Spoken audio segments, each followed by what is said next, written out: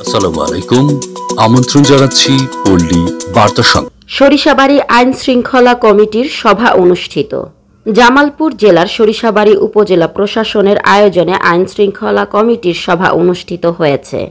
সোমবার 20-5-2024 তারিখ উপজেলা পরিষদ হল রুমে অনুষ্ঠিত উক্ত সভায় সভাপতিত্ব করেন উপজেলা নির্বাহী কর্মকর্তা শারমিন আক্তার।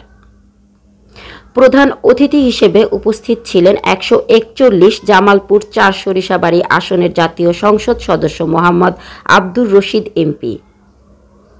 বিশেষ অতিথি হিসেবে উপস্থিত ছিলেন সরিষাবাড়ী উপজেলা পরিষদের চেয়ারম্যান বীর মুক্তিযোদ্ধা মোহাম্মদ গিয়াসউদ্দিন পাঠান, পৌর মেয়র মনির উদ্দিন, উপজেলা আওয়ামী লীগের সহসভাপতি MA গনি, উপজেলা পৌর আওয়ামী লীগের সভাপতি ও সরিষাবাড়ী অনার্স কলেজের উপাধ্যক্ষ মিজানুর রহমান, সরিষাবাড়ী থানার officer in charge Mushfiqur Rahman, union পরিষদের চেয়ারম্যানগণ, বিভিন্ন দফতরের প্রধানগণ ও উপজেলা পরিষদের অন্যান্য সদস্যগণ।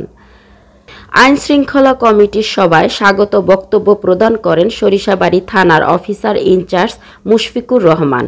আইন শৃঙ্খলা উন্নতির লক্ষ্যে গরু চুরি, মাদক, চোরাই মদ, অবৈধভাবে ড্রেজার মেশিন দিয়ে বালু উত্তোলন ইত্যাদি বিষয়ে প্রতিরোধ সংক্রান্ত খোলামেলা ফলশ্রুত আলোচনায় অংশ নিয়ে বক্তব্য প্রদান করেন পৌর আওয়ামী লীগের সভাপতি ও অনার্স কলেজের উপাধ্যক্ষ মিজানুর রহমান, সাতপোহা ইউনিয়ন পরিষদের চেয়ারম্যান আবু তাহের, মাহাদান ইউনিয়ন পরিষদের চেয়ারম্যান আনিসুর রহমান জুয়েল, ডুয়াইল ইউপির চেয়ারম্যান আব্দুর রাজ্জাক স্বপন, বীর মুক্তিযোদ্ধা সানোয়ার হোসেন, সরিষাবাড়ী উপজেলা প্রেস ক্লাবের সভাপতি বীর মুক্তিযোদ্ধা মোহাম্মদ আব্দুল আজিজ, সরিষাবাড়ী প্রেস ক্লাবের সভাপতি সোলাইমান হোসেন, হরেক শাহ প্রমুখ।